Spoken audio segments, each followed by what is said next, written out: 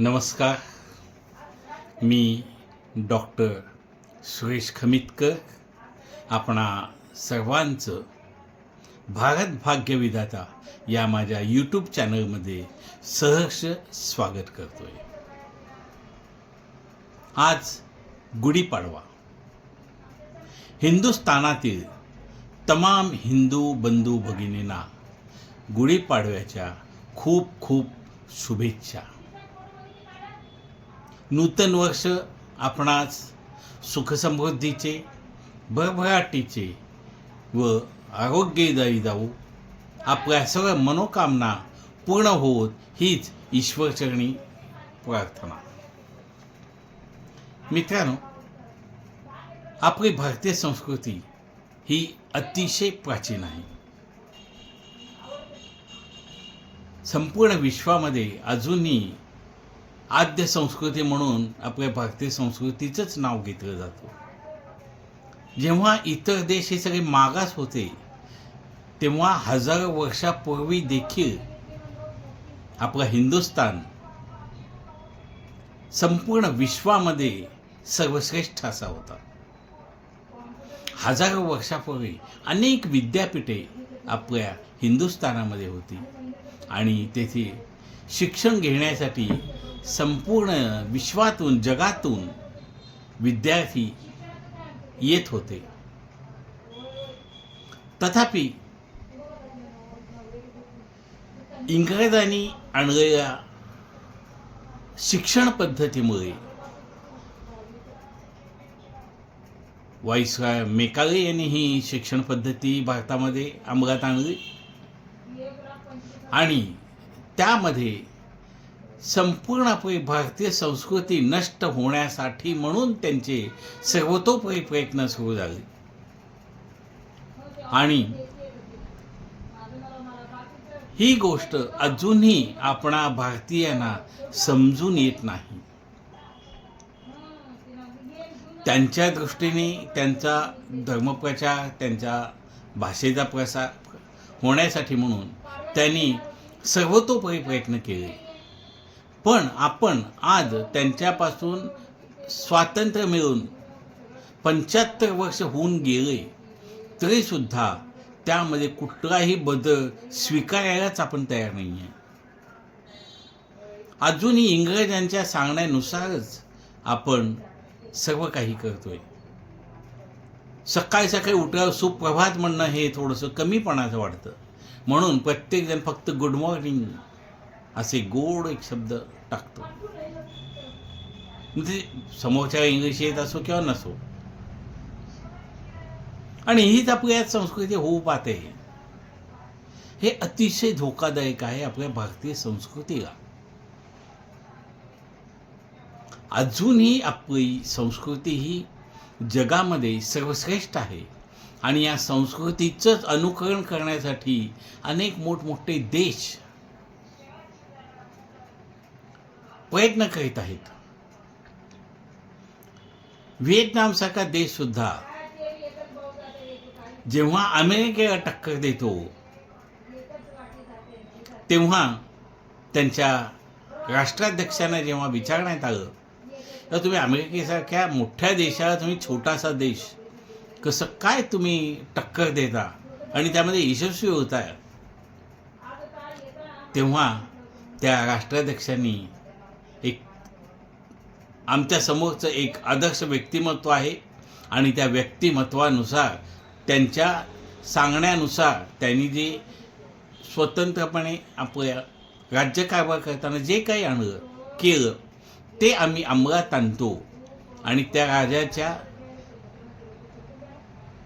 त्यांनी जसं राज्य केलं तसाच करण्याचा प्रयत्न करतो आणि त्यांच्या युद्धाच्या नीतीद्वारेच आम्ही अमेरिकेवर देखील मात करतो.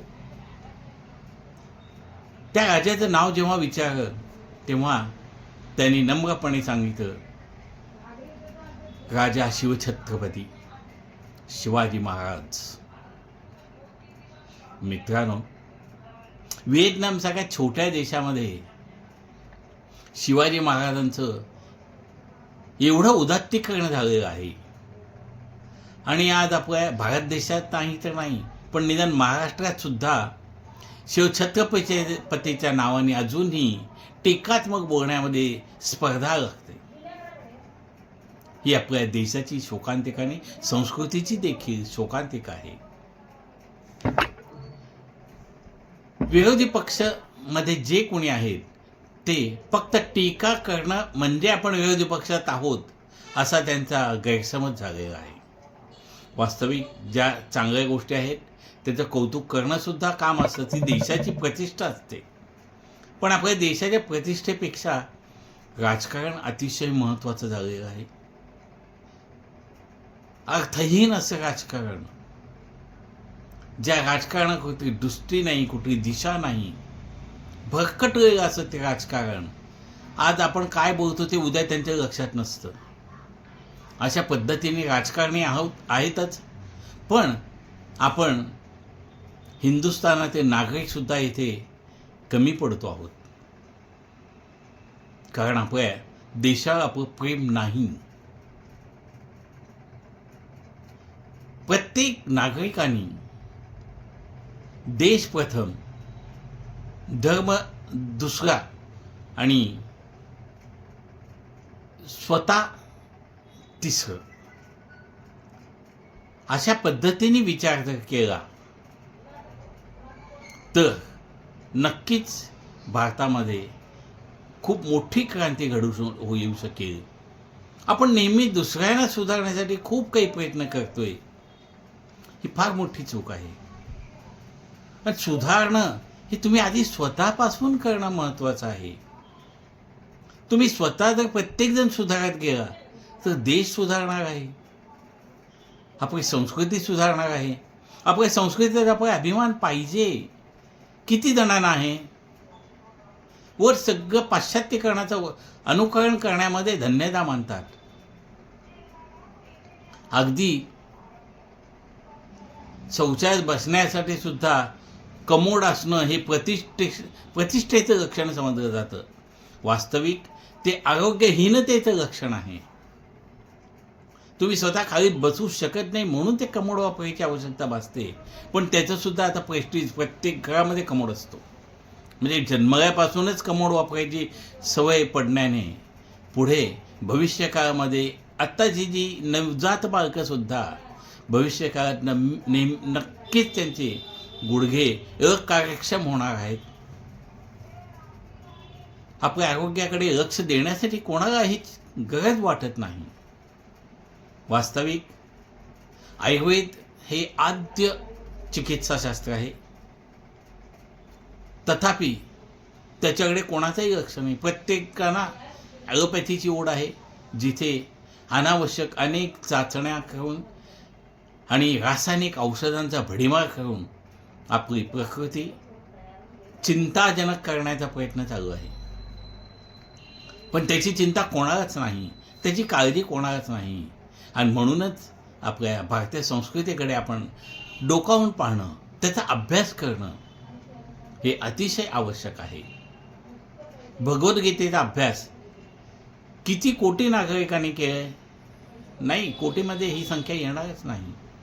वास्तविक या भगवद्गीतेमध्ये संपूर्ण जगामध्ये जितक्या समस्या आहेत त्या प्रत्येक समस्येचं उत्तर या भगवद्गीतेमध्ये आहे. आपण कधी वाचतो का? बाकीचे मोठमोठे इंग्लिश कादंबऱ्या वाचायला आपला वेळ असतं, पण भगवद्गीता किती जणांनी वाचली हा चर्चेचा विषय आहे.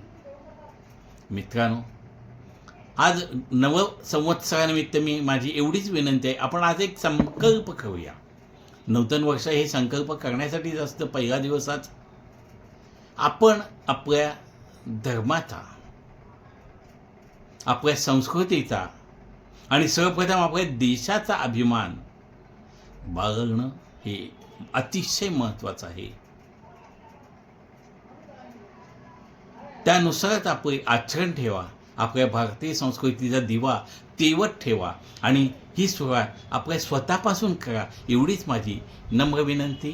पुनश्च एकदा गुढीपाडव्याच्या आपणा सर्वांना खूप खूप शुभेच्छा. धन्यवाद.